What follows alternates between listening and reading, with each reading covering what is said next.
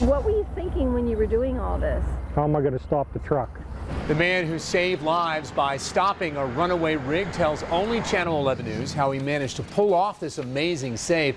That rig was rolling down the road. The driver slumped over the wheel. Here's Peggy with more. And David, it really was incredible. He tells us that he pulled up beside the truck and he managed to hop inside, all while it was on the move.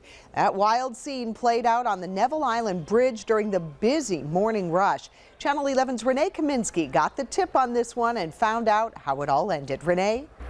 Peggy, I got the whole story from the man who saved the day. He told me that he saw the tanker up here on the bridge with no driver. Now picture this, in the tanker's path was lots and lots of populated areas. You've got Island Sports here, and then you've got some trees and some houses there in the distance. And then if you look, you see a 7-Eleven with gas pumps.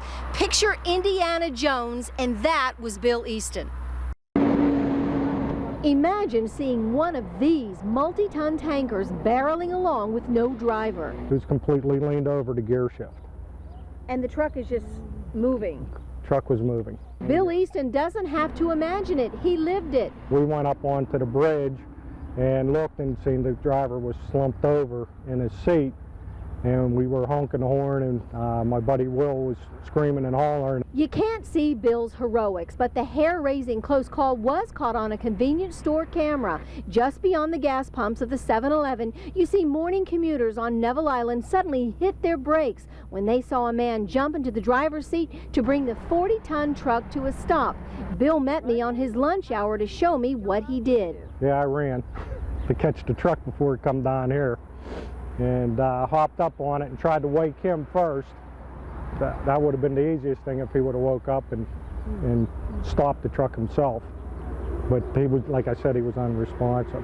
We had a photographer to the scene in time to see the actual tanker just where Bill parked it. It was huge, fully loaded with oil. Its 34-year-old driver was on his way to the hospital, so my job was to find the man who saved the day, and I did.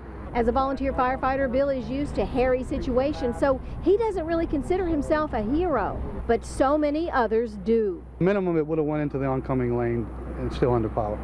This guy did good, right? Oh, he did fantastic. It's hard to imagine, jumping on a moving vehicle. It's just amazing what he did.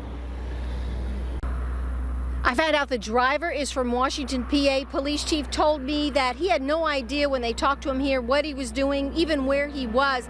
He was driving a truck for Zappy Oil Company. I put a call into the company. So far, I haven't heard back. Reporting live tonight on Neville Island, I'm Renee Kaminsky, Channel 11 News.